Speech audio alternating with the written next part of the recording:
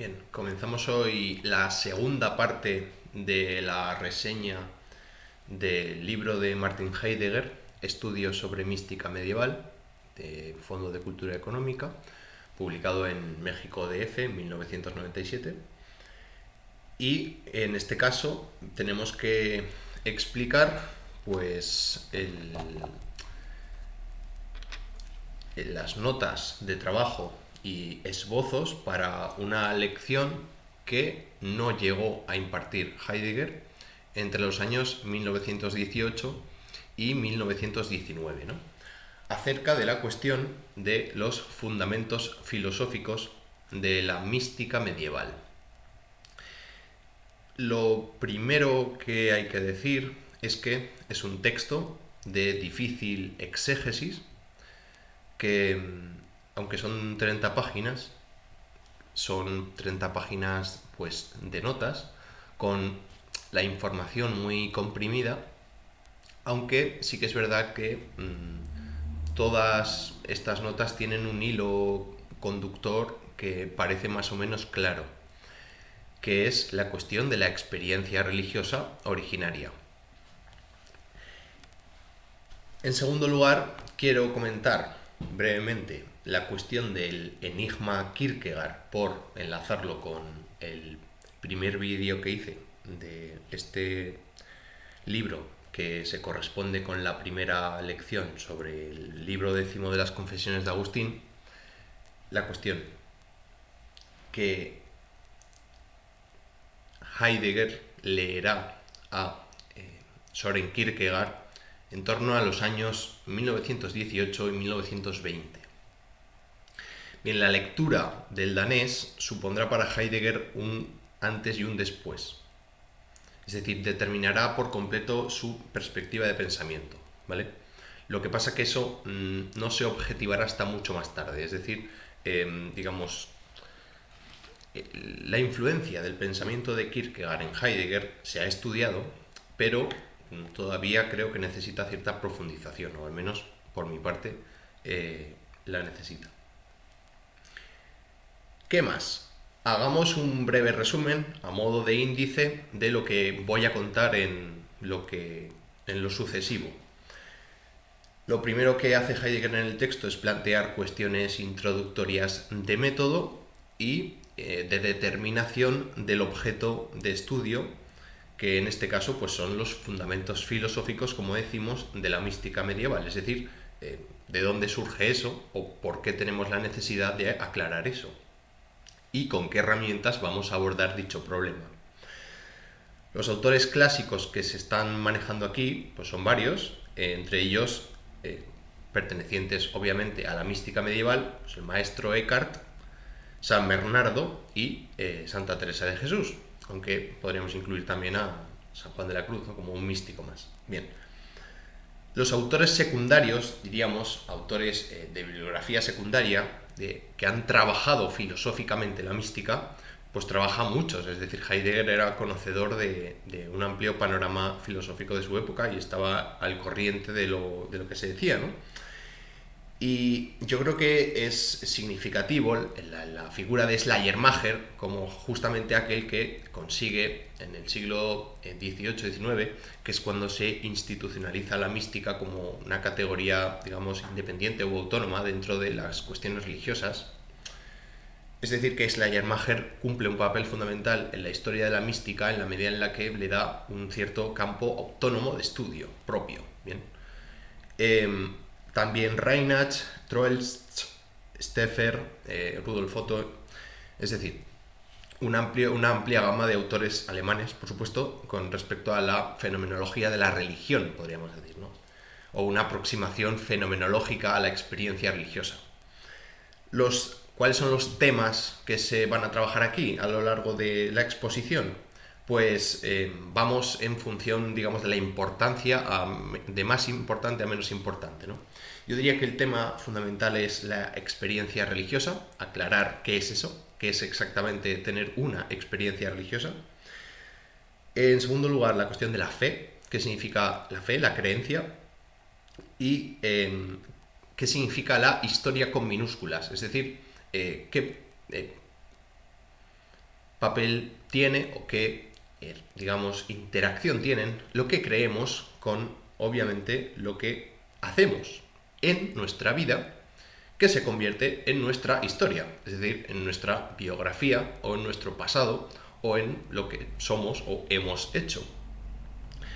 Después, obviamente, el concepto de mística, que como bien se sabe, viene del griego misterio o secreto, y que justamente los místicos son los que han realizado ese rito mistérico. Justamente, o sea, en fin, la religión, después, digamos, en un segundo plano estarían los conceptos de absoluto, infinito, Dios, Cristo, irracionalidad, lo santo, lo sagrado, fundamento, a priori, alma, conciencia, memoria, vida, preteorética, ya aclararemos estos términos, la cuestión del pasado, el recuerdo y la memoria, el fenómeno del distanciamiento y muchísima, pero muchísima jerga fenomenológica de no fácil manejo. Bien, hasta aquí la presentación en estos primeros 5 o 6 minutos. Vamos allá con la exposición del contenido de las susodichas páginas, ¿no? Le dejaré, como siempre, la referencia en la descripción del vídeo. Lo primero que hace Heidegger es aclarar cuál es la formulación del rótulo. ¿Por qué? Porque hablar de fundamentos filosóficos de la mística es algo ambiguo. Porque ¿qué son exactamente los fundamentos? ¿O qué podemos entender por fundamentos? Bien, Heidegger se posiciona como con una posición, es decir, la posición que asume a la hora de trabajar esta cuestión es la de la fenomenología y su método de investigación de la conciencia religiosa. Es decir, que lo que no va a hacer, o lo que no va a realizar Heidegger es una filosofía de la religión y tampoco una historia de la mística, sino que lo que se tratará es de hacer una crítica filosófica de los fenómenos genuinamente clarificados y percibidos como genuinamente originarios a la consciencia pura y su constitución.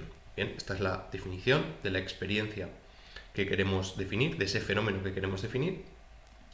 Entonces, dice que desde la perspectiva de esta tendencia originaria fundamental, y solo ella es científica, queda clara nuestra limitación, es decir, la limitación de la investigación fenomenológica es la de los límites de lo histórico-fáctico de la experiencia, ¿de acuerdo?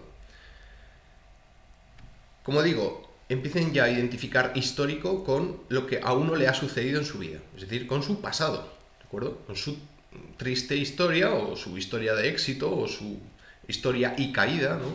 En fin. Bueno, lo que se hace muchas veces con ciertos personajes en YouTube, ¿no? Hacer una especie de resumen de su vida, bueno, su historia, y cuál fue el sentido de su hacer en su historia. Y después lo fáctico, obviamente, tiene que ver con las situaciones materiales en las cuales hemos nacido y que no dependen de nuestra voluntad. Entonces, ¿cómo solventamos esta formulación ambigua acerca de los fundamentos de la mística? Bien, el tema puede abordarse, como decimos, de manera histórica, haciendo una especie de historia de la mística, pero en este caso los fundamentos filosóficos significaría pues los presupuestos metafísicos o los puntos de vista epistemológicos, las doctrinas éticas fundamentales y las posiciones psicológicas, es decir, el aspecto científico de la esfera vivencial de la mística medieval. En este sentido, la mística se entiende como una forma de vivencia y sobre todo como teoría y doctrina de dicha vivencia y como interpretación metafísica y explicación ontológica. Es decir, que habría distintos niveles, ¿no? Una cosa sería vivir la experiencia mística, otra cosa sería tratar de explicar esa experiencia, esa vivencia, y después tratar de interpretar eso que se dice que se ha vivido. Bien, y luego su ajuste a un modelo ontológico superior, un sistema abstracto superior. Bien, la reconstrucción histórico-filosófica de estos fundamentos filosóficos nos retrotrae hasta Agustín y en concreto también al neoplatonismo, a la Stoa a Platón y Aristóteles. En este giro interpretativo, los fundamentos filosóficos adquieren sentidos distintos según lo que en cada caso se entiende por mística. Pero, ¿qué es o en qué consiste la noción misma de mística? Bien, existirían, en principio se plantean 4 dominios posibles de la mística. En primer lugar, como vida, ¿no? Como una vivencia, como algo que se experimenta en primera persona. En segundo lugar, como una teoría de lo vivencialmente experimentado, una especie de teología mística, y una valoración teórica, metafísica, si se quiere, religiosa, de acuerdo con una concepción mística del mundo que se hace de esa experiencia. En tercer lugar sería la teoría del experimentar místico como tal. Y en cuarto lugar, las formas y figuras de la conducción y de la realización práctica y su relación con la teleología, es decir, con el sentido de lo que queremos hacer y las estructuras de orden vivencial que hay detrás. Se trata de, según dice el propio Heidegger, insisto, cito a Heidegger, conducción acorde con la vivencia del experimentar vivencial mismo. Voy a estar citando a Heidegger para que vean ustedes la jerga fenomenológica. No vaya a ser que la entiendan mejor que yo. Entonces, sigo. La agitación del experimentar específico del encontrar a Dios que se precipita. Bueno, algo de la experiencia religiosa, pues algo tiene que ver con Dios, obviamente, ¿no? Bien, continúo. Pero, ¿qué dirección y qué objetivos tiene nuestra investigación sobre la mística medieval si nos guiamos por un fin protocientífico o fenomenológico? Es decir, ¿qué aspectos de la mística y cómo van a entrar en nuestra consideración acerca de la misma? Es decir, en qué términos y cómo viene dirigida y motivada la comprensión de sea lo que sea la mística. Porque es muy importante el modo de acercamiento a la mística, porque a la experiencia mística me estoy refiriendo, porque si tú te acercas con una perspectiva objetivante, científica, bien, cosificadora, si se quiere, o al menos que subordina la experiencia a categorías o conceptos de sistemas teóricos, conceptuales, abstractos, que tratan de ajustar las realidades a su propio modelo coherente y unificado,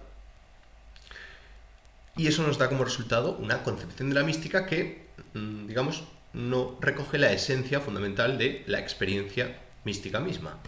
Mientras que, desde un acercamiento, por así decirlo, poético, metafórico, filosófico, artístico o creativo de este tipo de fenómenos y de la expresión e interpretación de los mismos, es como podemos llegar a comprender fenómenos humanos profundos que no se pueden explicar científicamente, sino comprender significativamente, si se quiere.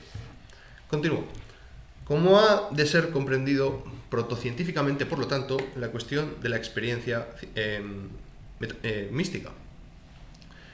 ¿Cómo conseguimos encajar que se respete la esencia de la mística misma para poder captarla en su originariedad y un lenguaje comprensible que nos permita comprenderlo en un nivel teórico abstracto? Porque al final uno puede llegar a vivir, a experimentar experiencias místicas, pero lo importante no es eso, sino lo importante es, digamos, las consecuencias o los efectos que eso tiene en la vida de uno y cómo eso le hace a uno cambiar su vida y tener un comportamiento distinto. Y que no es una cuestión de conocimientos, no es una cuestión de que nos falte saber cosas, sino que es una cuestión de modos de comportarse, que tiene que ver con cómo uno se abre al mundo, que no tiene que ver con nada en concreto, nada particular, sino con un modo de acercarse a las cosas mismas, con un modo de ser más que con una cosa misma. ¿Cuáles son los problemas del orden básico al respecto? La cuestión de la división regional de los mundos vivenciales y su completitud. Bueno, sigo, porque no nos podemos detener aquí a explicar todo esto, porque va a aparecer una y otra vez y se va explicando por sí mismo, ¿no? Y la posición histórica en la consciencia pura, ¿no? Es decir, en nuestra consciencia hay una especie de posicionamiento con respecto a nuestra propia vida, hay una especie de comprensión de lo mismo. Hay una génesis de nivel básico también en lo religioso, es decir, ¿existe algo así como una experiencia religiosa originaria en el ser humano que le pertenece como parte de su naturaleza?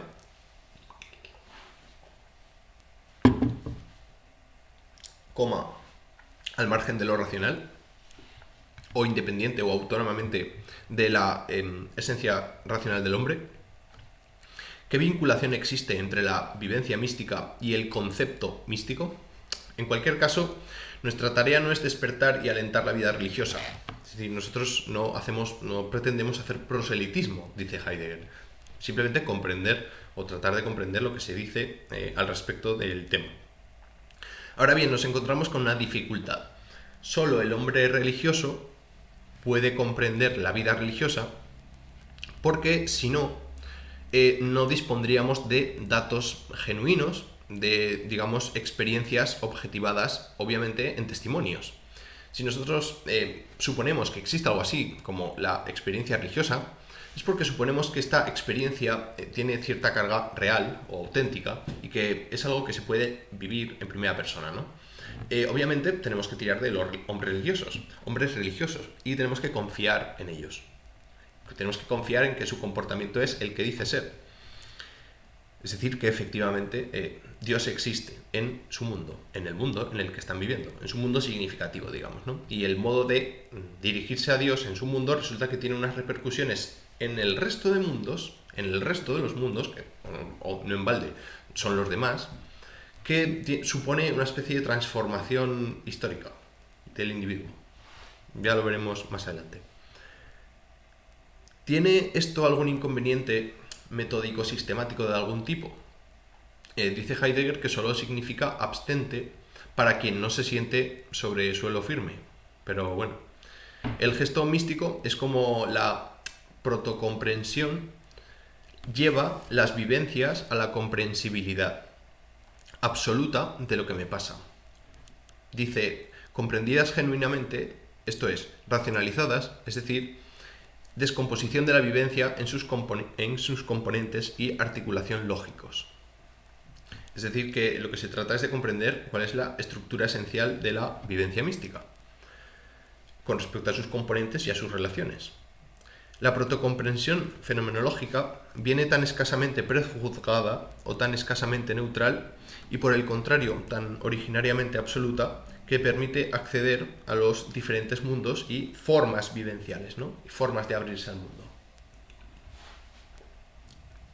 No es un acceso típico de un dominio teórico para poder acceder a lo prototeórico, a lo preteorético, a lo preteórico, a las experiencias que están antes del conocimiento objetivante del mundo o racional del mundo.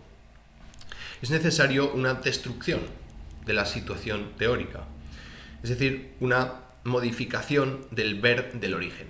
Es decir, la perspectiva racional es incapaz de comprender en su esencia aspectos que escapan de su propio campo. Lo que se está presuponiendo es que la experiencia religiosa es algo así como irracional en un sentido positivo del término. Es algo real que no necesariamente es racional. Es algo así como negar a Hegel, ¿no? En su famosa cita. Desarrollado más concretamente y a la vez para ilustrar el fenómeno de la vivencia religiosa. Se trata de la comprensión, por lo tanto, de las vivencias religiosas y el acceso a sus formas expresivas. Es decir, se trata de saber qué es lo que están viviendo y cómo lo expresan. ¿Quién y cómo lo viven? Básicamente. ¿Qué viven y cómo lo viven? Y la cuestión es que en ese qué viven y en ese cómo lo viven hay una especie de engarzamiento que hace que se convierta en un nuevo tipo de manera de ser interpelado y responder a las señales, justamente, ¿no? a los significados que el mundo tiene. Porque justamente lo que consiste es una reestructuración del sentido último del horizonte hacia el cual se dirige la persona. Bueno, continúo.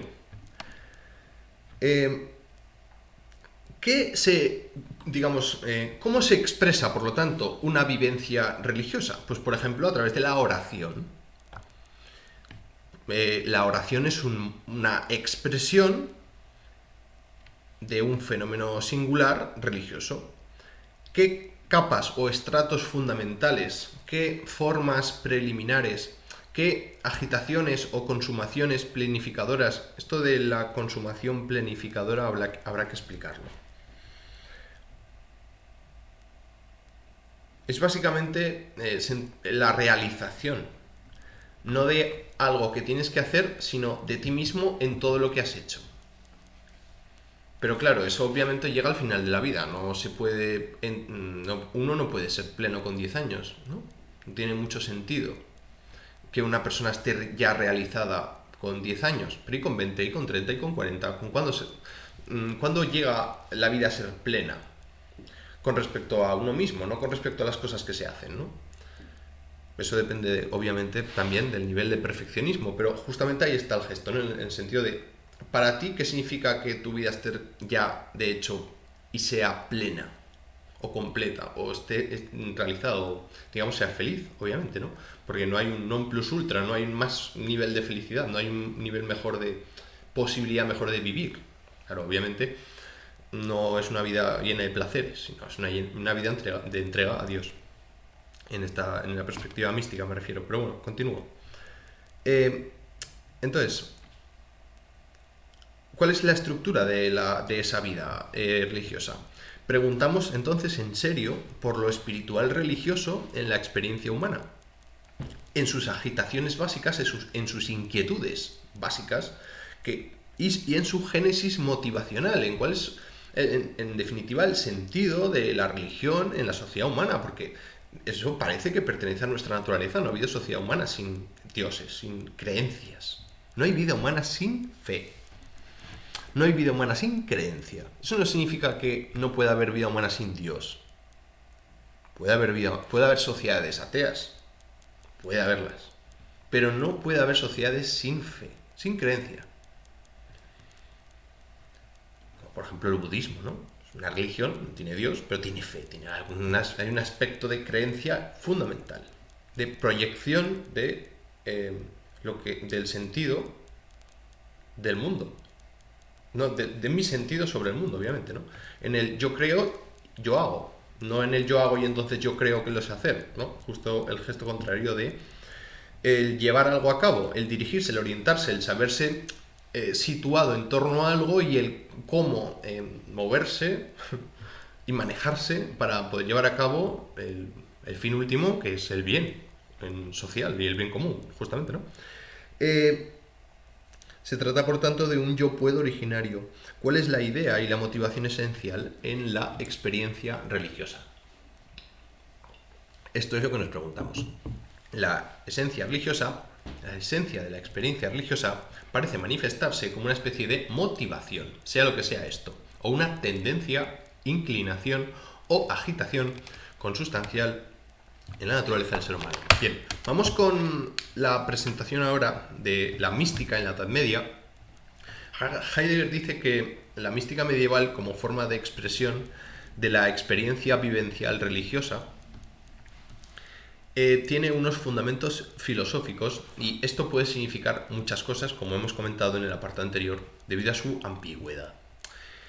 Intencionadamente, sin prejuzgar, puede querer decir distintas cosas, fundamentos filosóficos, a saber, como medios de configuración de la expresión de algo, como medios de los caminos de la propia experiencia vivencial, o como medios, por último, de la sistemática, es decir, de la expresión conceptual de la vivencia.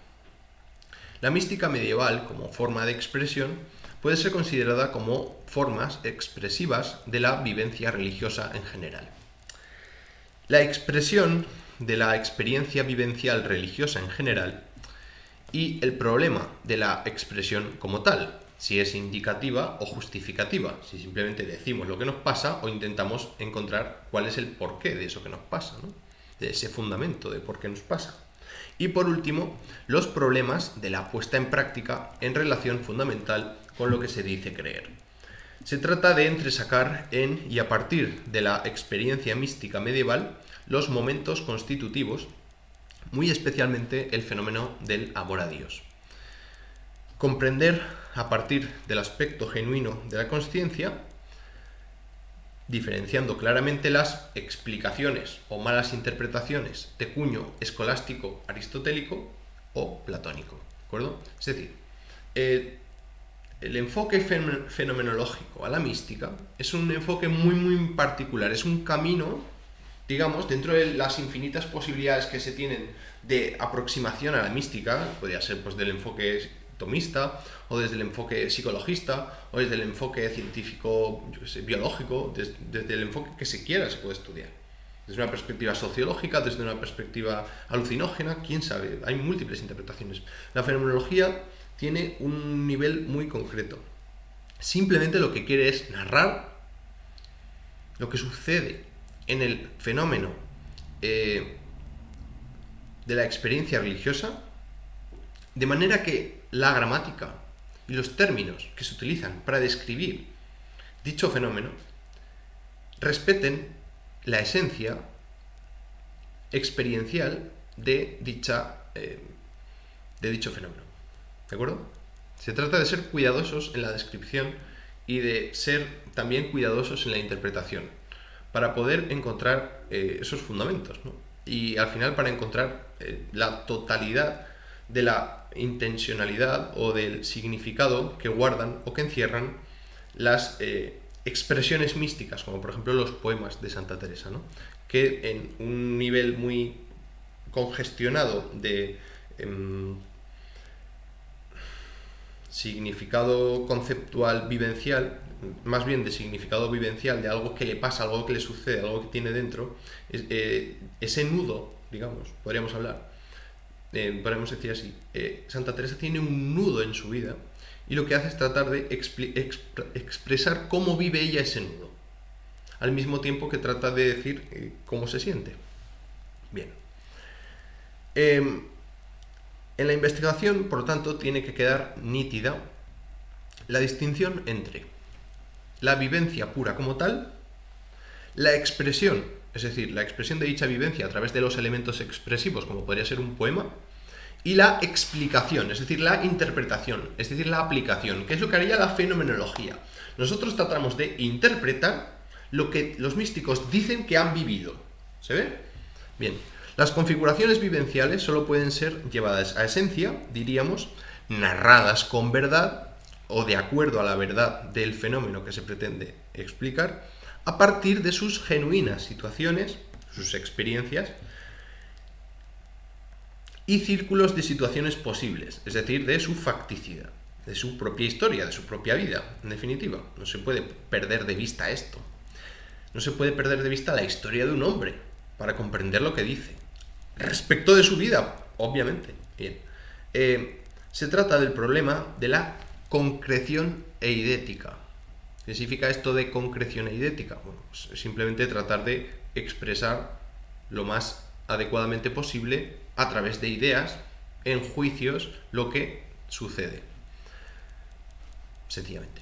Y la plena encarnación de las estructuras generales y posibilidades de modificación de la vivencia. Sigo, que lo explico luego. Aquí el tiempo es liberado de su concepción lineal espacial, no es un mero marco estructural, sino que el tiempo se convierte en un motivo. Véanse los efectos vivenciales del probar o tentar, de la gracia o de la cólera de Dios. ¿Cómo se constituye la objetualidad religiosa? ¿Se constituye Dios en la oración? ¿O viene dado previamente de modo religioso en la fe, en el amor? Y siendo la oración un modo especial de comportarse en relación con Dios, ¿en qué medida hay una posible diversidad de tipos de constitución de ese mismo Dios? ¿Existe una conexión esencial entre ellos, entre la oración y la constitución de algo así como el sentido de la vida, entendido como Dios? ¿Qué imagen tenía la Edad Media de la vida emocional, al margen de lo que pudiese decir la escolástica de las pasiones? Bien, vamos entonces con las directivas, con los temas principales de la mística. ¿Cuál es la actitud frente al mundo? Bueno, pues dice que el momento constitutivo es una actitud negativa con respecto al mundo, una especie de negación del mundo, de repulsión a lo terrenal, al mundo en torno, digamos, ¿no? Al mundo cotidiano que te rodea y a las cosas que participan de él. Tenemos que incorporar el fenómeno y localizarlo genuinamente. Digamos, el fenómeno de alejarse del mundo o negarlo. Entonces, se trata de entresacar y conferir el perfil propio al fenómeno como fenómeno fundamental de la Constitución. Cabe diferenciar entre el hombre religioso en sí mismo, que es el punto de partida para poder comprender y explicitar los modos de acceso al fenómeno religioso, y en segundo lugar, el que accede a la religiosidad, pero no de un modo experiencial, sino quizá a través de una narración que respeta la propia experiencia religiosa.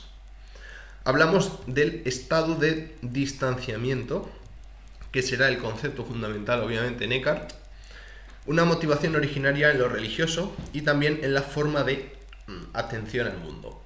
¿Qué es lo positivamente constituyente y a partir de qué raíces comunes se motivan estas agitaciones negativas y positivas con respecto al mundo? Es decir, ¿dónde se genera ese valorar que te permite tomar una decisión de aceptar o rechazar el mundo en el que te ha tocado vivir?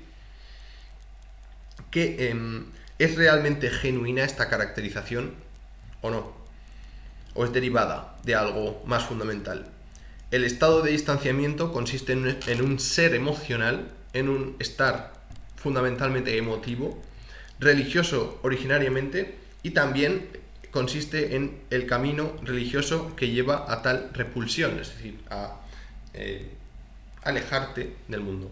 Queda como problema si lo genuino se alcanza al contemplar a Dios como lo prístino del distanciamiento, y si no, será otra la forma de la unificación por, entre otras cosas, la vía del amor.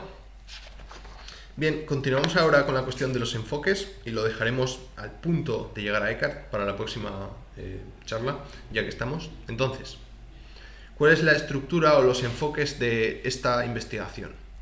¿Cuál es la constitución de la experiencia vivencial de Dios? Del nacimiento de Dios en la conciencia. ¿Cómo es la relación íntima y personal con la divinidad que se tiene en la mística? Entonces, la experiencia de Dios resulta que tiene distintas dimensiones. Tiene a la naturaleza como corrupta, a la naturaleza humana como corrupta, entonces nos invita a alejarnos del mundo y nos da la acción de la gracia para poder orientarnos, ¿no? Entonces, la mística, desde Lutero hasta Agustín, postulan el a priori de la perversidad de la naturaleza. Esto es, que la naturaleza humana está corrompida por el pecado original. La naturaleza, por lo tanto, no tiene nada de positivo. El mundo no tiene nada de bueno en sí mismo. De ahí la necesidad mística del desasimiento humilde, ¿no? El desasir, de no coger algo, de no agarrarse al mundo, en definitiva. Entonces, esto consiste en la necesidad, por lo tanto, de abandonar el apego a lo terrenal, a lo mundano, para dirigirse hacia otra cosa que no es el mundo, es decir, para acercarse a Dios. De ahí la contraposición entre la gratia operans, podríamos hablar de aquellos comportamientos inconscientes, o al menos no del todo decididos, no del todo reflexionados en nuestra vida, en los cuales nos comportamos como un NPC, como yo cuando muevo las manos al hablar, que prácticamente no sé para dónde van muy bien, sino que fluyen junto con mi discurrir en el hablar. Y la gratia cooperans, que sería responder voluntariamente a la gracia, ¿no? Una especie de toma de decisión voluntaria, consciente y, digamos, en plenas facultades para tomar esa decisión. En la conciencia pura encontramos, por lo tanto, a Dios en la mística, sin distracciones ni apegos. Esta exposición sirve tanto a la mística como también a la Reforma protestante, como preparación para la fides, para la fe, y para la humilitas, para la humildad.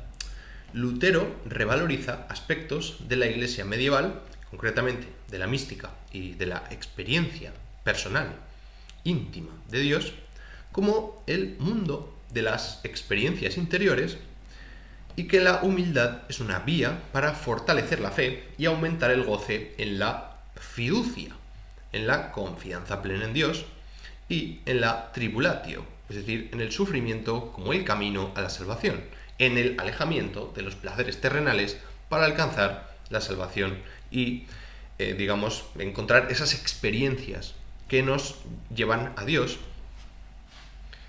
por básicamente una cuestión de teología negativa. No sabemos lo que es Dios, está claro que el mundo no lo es, porque es una cuestión corrupta y además nuestra naturaleza tiende a lo corrupto, y por lo tanto si uno tiende naturalmente o se inclina naturalmente hacia el pecado, pues entonces resulta que nuestro primer modo de abrirnos al mundo es incorrecto. Mejor dicho, nuestro primer modo de abrirnos a la vida es el incorrecto, porque deberíamos estar orientados hacia Dios y no hacia el mundo. En la medida en la que uno se hace consciente de todo lo que supone la naturaleza humana en una perspectiva religiosa de las religiones del libro, pues uno entiende que tiene que construir su propia identidad, su propio ser, su propia vida, yendo en contra de lo que él es y abrazando algo que es absolutamente otro de sí, que es justamente Dios. Dios no está en el mundo, y lo que hemos conocido es a nosotros mismos y a nosotros mismos en el mundo. Claro, la cuestión es que hay una ruptura esencial aquí, porque lo que nos está diciendo es que tenemos que darle la vuelta a la tortilla. Ya veremos a ver cómo se hace. Entonces, hay 3 elementos que describen la estructura fundamental de la experiencia vivencial de la vida religiosa. Es decir, que son vivencias concretas del creyente que atestiguan una especie de esencia, es decir, estructura común de todo tipo de experiencias religiosas, ¿no?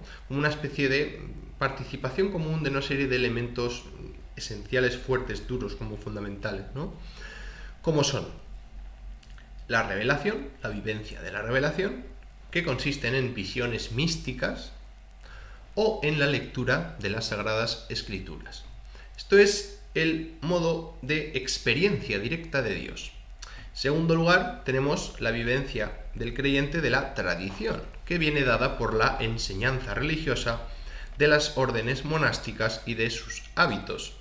Y por último, la comunidad de los fieles, lo que también se ha denominado el cuerpo místico de Dios, que consistiría en aquellas personas que están vivas y creen en Él,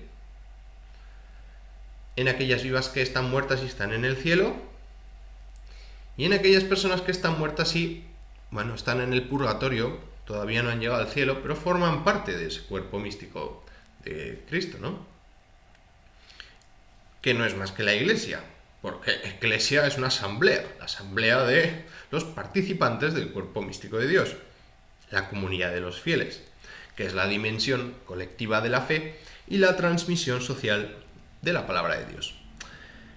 Entonces, como decimos, no se trata de una perspectiva teórica o naturalista, sino, como ven, una perspectiva fenomenológica.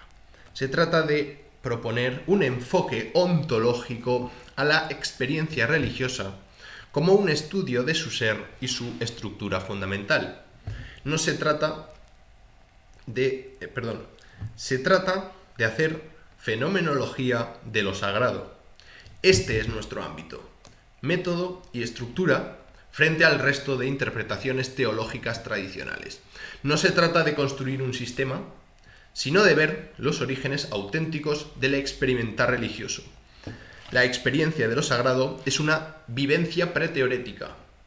No es algo que se pueda alcanzar por la vía del descubrimiento filosófico a través de conceptos y de la comprensión de los sistemas de pensamiento abstractos que, digamos, ordenan el universo de acuerdo a una serie de atributos y de, digamos, entrelazamientos lógicos, sino que es algo preconceptual, es algo existencial, originario, experiencial, desde la perspectiva de la primera persona. Heidegger está apuntando a la búsqueda de la verdad del ser en la experiencia religiosa originaria, sin la mediación de categorías conceptuales externas o teoretizantes, objetivantes, cosificantes, bien, teóricas. ¿Cuál es la discusión? ¿Cuál es un poco el planteamiento que se expone al respecto de la relación entre la fe y el saber, o la fe y la razón? Pues básicamente lo que quiere decir Heidegger es que no estamos haciendo gnoseología primera, no estamos haciendo una teoría del conocimiento, de la sensibilidad en la experiencia religiosa, sino que nos interesa el origen del mundo vivencial espiritual, es decir, justo aquello que dispara ese mundo afectivo. No el mundo afectivo como tal, no los elementos del mundo afectivo como tal, sino por qué se dispara esos elementos afectivos con respecto a situaciones que vivimos. Nos interesa el origen, como decimos, del mundo vivencial espiritual y su justificación en la propia existencia de cada cual, porque cada cual tiene su propio momento en el cual ese mundo vivencial estalla. Bien, obviamente yo, por ejemplo, aquí en casa no va a estallar una especie de momento de tensión afectiva, porque estoy en un entorno seguro, pero a lo mejor en la calle pues estoy distraído y viene un coche y a lo mejor me atropella, y entonces ahí estalla un mundo vivencial muy profundo, muy intenso, que es que están a punto de atropellarme, ¿no? Entonces yo siento un miedo muy intenso. Bien, ese elemento que permite dotar al evento de significatividad y de una especie de rugosidad o de amplitud con respecto al resto de eventos que he vivido hace 10 minutos y que viviré dentro de otros 10, que, digamos, atiende a una especie de estructura humana de interiorización o integración de lo que se va viviendo. Muy concreta, que vamos a ir contando. Fe y saber son vivencias noemáticamente distintas, en su contenido conceptual, digamos, noemático, distintas en católicos que en protestantes, en la teología que en la religión, y en las distintas perspectivas que se puedan establecer con respecto a la fe y al saber. Y es un debate que realmente no se resolvió y del cual nos vamos a distanciar. No nos interesa estudiar la relación entre fe y saber, porque son cosas distintas. Distintas ontológicamente hablando. Y como son ontológicamente hablando, son inconmensurables. Y eso significa que el saber no puede decir nada de la fe, ni la fe puede decir nada del saber. Diríamos, o no comparten mundo, no comparten esa esfera. Sí, eso es, pertenecen a esferas distintas del mundo, digamos.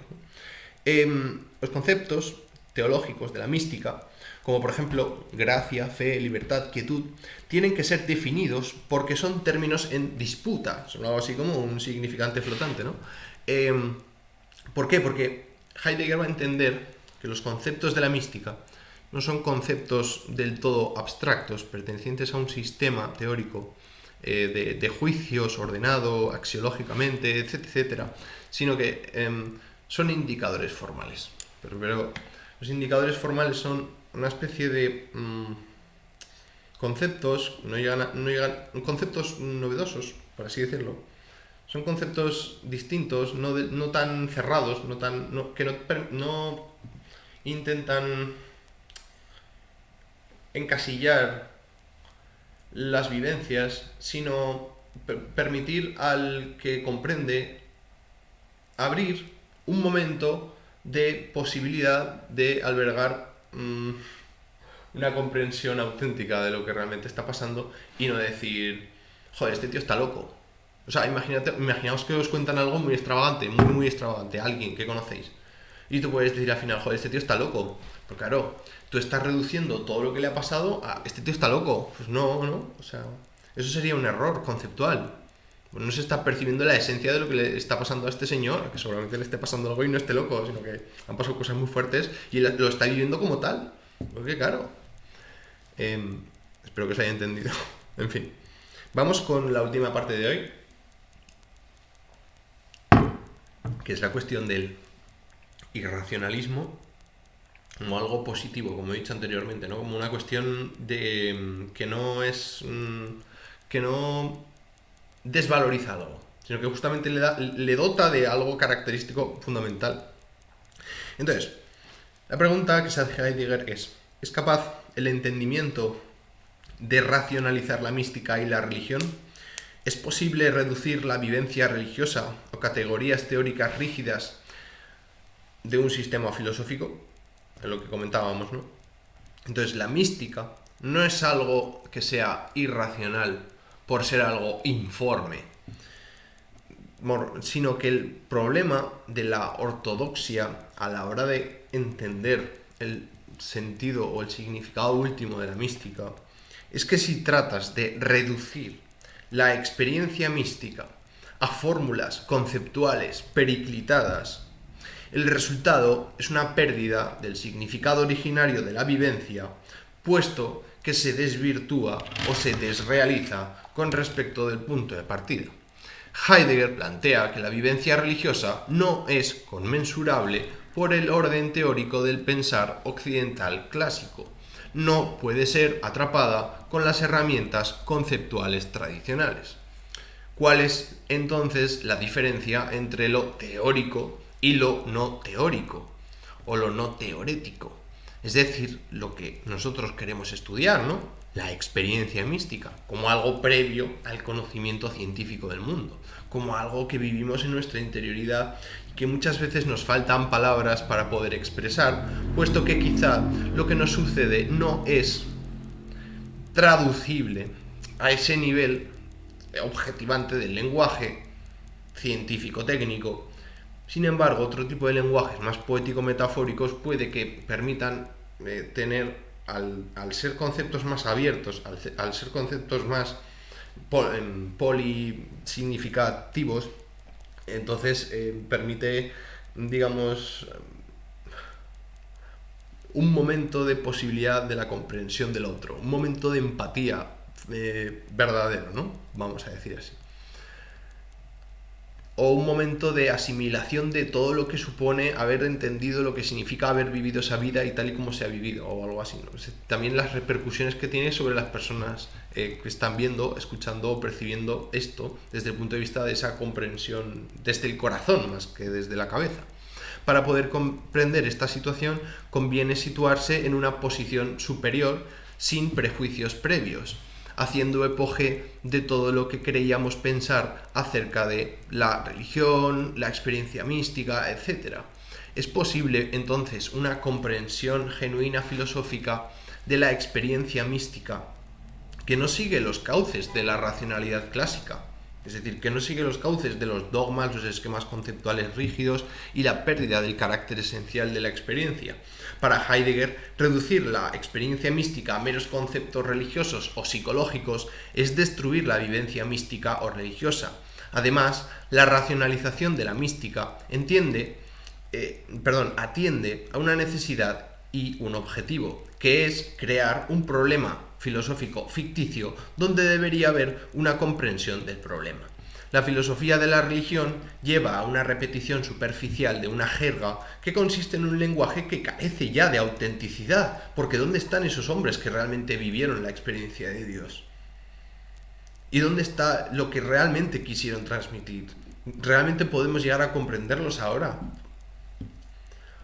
Pues es que lo único que nos dicen es que Santa Teresa tenía un trastorno mental, ¿no? En lugar de tratar de comprender a Santa Teresa en tanto que está viviendo una experiencia religiosa, que es como lo está viviendo ella, claro, lo reducimos a no, es que esa señora estaba loca o consumía cacao. Pues no, pues es que entonces no hay más de qué hablar.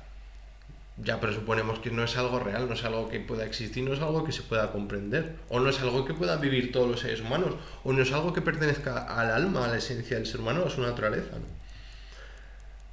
Que es algo que, por supuesto, tenemos que presuponer, porque si no, no habría ya sentido de investigar tal cosa. Entonces, La filosofía de la religión, como digo, lleva a una repetición superficial de una jerga que consiste en un lenguaje que carece de autenticidad y en un enfoque conceptualista artificioso. No debemos traicionar la verdadera naturaleza experiencial de lo místico como motivación activa. ¿Cuáles son los datos históricos previamente dados y el hallazgo esencial? Pues que los datos históricos de una persona religiosa, es decir, lo que le sucedió a alguien, bien, en su vida, a alguien religioso en su vida, ha cobrado relevancia debido a una estructura existencial humana y solo pueden comprenderse filosóficamente desde este ángulo. Esto es, al comprender la esencia de la experiencia mística se comprende el ser del ente, llamado, es decir, lo que le sucedió al místico cuando tuvo experiencia de lo divino. Por lo tanto, no sirve hacer doxografía de la mística, sino tratar de analizar fenomenológicamente la estructura esencial existencial, condición de posibilidad de tales experiencias religiosas. La validez esencial de la fenomenología de la mística es independiente de si crees o no en Dios, de si eres religioso o no. Además, la estructura existencial hallada en la investigación, en este tipo de investigación de la mística, es común al vivir humano, seas creyente o no. Es decir, creas o no en Dios, en tu vivir hay componentes religiosos, es decir, hay experiencias religiosas, o al menos tienes la posibilidad de vivirlas. Si es que, no sé cómo decirlo, si es que eres el elegido, vamos a decir así, ¿no? ¿Qué entendemos, pues, por el fenómeno religioso fundamental? Pues el silencio. El silencio como veneración o admiración, que es lo que los griegos entendían por contemplación, por theorein, ¿no? Un estado de estar pasmado, asombrado, por algo justamente deslumbrante, algo desbordante, algo que se te enciende en los ojos, ¿no? Como estar arrebatado, ido, obnubilado, atrapado. Algo así parece que es el fenómeno de la experiencia religiosa, del silencio y de ese encuentro con Dios. Este pasmo desbordante abre un abismo entre todas las cosas y valores respecto de la nada, respecto del no ser y el no valor. Es una especie de reconocimiento de algo superior en la jerarquía de lo importante en la vida. Una jerarquía de valores y un sentido fundamental de ser que se da en una especie de iluminaciones clarificadoras determinadas que da lugar al concepto de claridad primaria en un orden de valores y un sentido del ser. Es decir, en ese momento de estar ajeno absolutamente al mundo o de ser completamente ajeno a ti mismo, en el hecho de estar absolutamente alienado de ti mismo, es cuando parece que se introduce la idea de Dios, la cuestión de Dios, en el sentido de una capacidad de juzgar lo que importa y lo que no importa, lo que es valioso y lo que no es valioso, lo que es importante y lo que no, ¿vale? Sencillamente. Y esto es la estructura de la experiencia religiosa. Tiene que ver con esto, tiene que ver con el modo en el cual nosotros nos apropiamos de lo que nos sucede añadiendo unas cucharaditas de afectos, vamos a decirlo así, ¿no? Añadiendo unas cucharaditas de valores o de importancia o de significatividad con respecto a lo que somos, ¿de acuerdo? El a priori religioso es, pues, por tanto, esa estructura fundamental de la experiencia religiosa que sirve de sostén ontológico a su manifestación. Esa experiencia religiosa, que tiene, como digo, un fundamento ontológico, se puede manifestar biográficamente, y así tenemos la vida de los santos, históricamente, y así tenemos la vida, de los soldados que fueron a la guerra en nombre de Dios, culturalmente, todo lo que ha significado a nivel cultural la producción, artísticamente, institucionalmente, es decir, todo el despliegue mundano de la religión tiene un fundamento ontológico que está relacionado íntimamente con una cuestión de la experiencia religiosa fundamental y primaria que puede tener cualquier ser humano. Que es lo que decimos este a priori religioso, y que solo puede ser estudiado por la filosofía trascendental.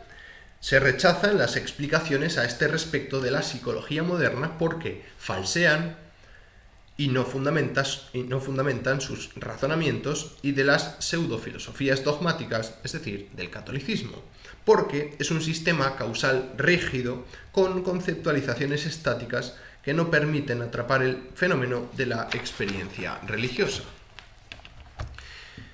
La sobreinstitucionalización ritual, es decir, el hacer muchos rituales con respecto a una experiencia, pero sobre todo mítica de la religión, hace que se automatice la experiencia religiosa en el mundo y que empiece a perder carga significativa.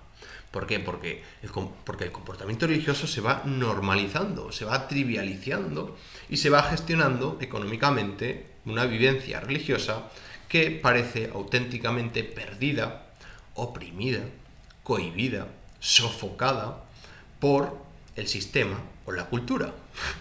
Vaya usted por dónde aparece el malestar en la cultura de Freud. Hay un problema serio de carencia de conciencia cultural originaria de lo que significa la religión en el mundo. Lo que dice Heidegger es que la religión está tan enfrascada en cuestiones de protocolo, de leyes, de preceptos, tanto a nivel social y de los problemas que supone dirigir a una cuestión tan grande como el pastoreo de las almas, así como teórico, ¿no? Que pues eso es un paraje dogmático, es inorgánico, o sea, es un conjunto de proposiciones, de pasos argumentales y una clasificación teórica que es absolutamente, tiene atado de pies y manos, no puedes prácticamente hacer nada. Es que yo creo que si apareciese el Mesías a día de hoy no se darían cuenta, lo tomarían por loco y por hereje, ¿no? Si realmente existiese alguien que tuviese una experiencia religiosa auténtica. Este marco interno del sistema religioso excluye cualquier posible vivencia axiológica religiosa originaria y genuina en su seno. Sin embargo, en el seno de la Iglesia es donde se abrió paso a la mística también. Es decir, es en el seno de la Iglesia donde aparecen las personalidades místicas, pero sin los preceptos teóricos de la Iglesia, sino que, digamos, estos religiosos se guiaban por su propia intuición interna religiosa, ¿no? La mística es un contramovimiento religioso de la Iglesia contra sus propios dogmas, pero sobre todo su teología, ¿no? Es decir, frente al predominio teórico de la razón, lo cual supuso que la escolástica ahogase la religión a fuerza de teología natural y dogmas, con toda la carga científico-natural y teórico-naturalista que tiene el modelo aristotélico-tomista a este respecto. Y tras ser fulminados, como los cátaros, la mística hoy en día ha renacido quizá como sectas, como mini iglesias, y se han convertido quizá en lo que juraron destruir. También hay que decir que la mística no se institucionaliza, no aparece como algo autónomo propio, como hasta el siglo XVIII-XIX, yo diría, hasta Schleiermacher precisamente, ¿no? Entonces la mística, como digo, resulta que descubre algo en la experiencia humana del distanciamiento como una intensificación de la vida interior, ¿no? Como un descubrimiento del carácter estructural de la unidad del objeto y del sujeto. Resulta que en la experiencia religiosa hay una unidad de sujeto y objeto en dicho vivir, en dicha vivencia. Ya veremos cómo se da esto. Los primeros místicos descubrieron una nueva esfera del sujeto, pero no pudieron organizarla ni dominarla porque sus modos de interpretar y narrar dichas experiencias estaba muy limitado. Poco a poco se va abriendo un camino de testimonios de las vivencias místicas y nuestra tarea como fenomenólogos, dice Heidegger, es analizarlas fenomenológicamente y poner a la luz lo esencial.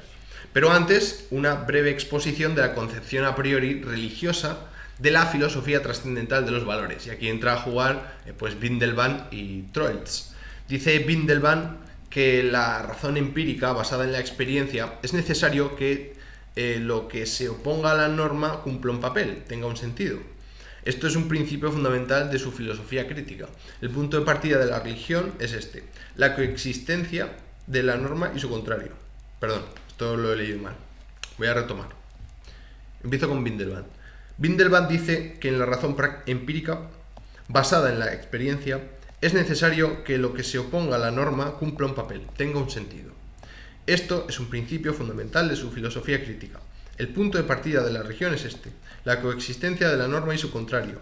En la propia mente humana están en tensión lo normativo y su contrario. Lo que hay que hacer y lo que yo quería hacer desde el principio, dada mi naturaleza corrupta. Es una tensión que no se puede comprender plenamente, solo se puede mostrar. Esto lleva a estudiar y analizar las estructuras del pensamiento y del conocimiento, que es el desarrollo de los problemas de la filosofía crítica. El valor de lo santo es trascendente.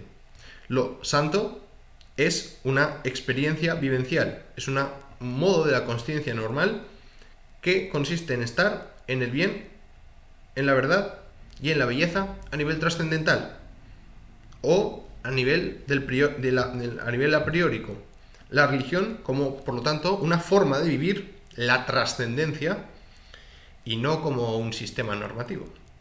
La religión, por lo tanto, está relacionado con una vida buena, bella y verdadera, haya Dios o no, desde el punto de vista del a priori trascendental del existente humano, digamos, de la naturaleza humana. Es decir, estamos hablando de que lo santo, que es algo que tiene la posibilidad de ser todo ser humano, es el contenido axiológico o es el mapa de valores de una realidad racional de valor superior. Son las normas lógicas, éticas y estéticas, justamente, dada esa raigambre estoica, ¿no? Lo dejamos aquí. Próximo día comienzo con Eckhart. Un saludo y hasta la próxima.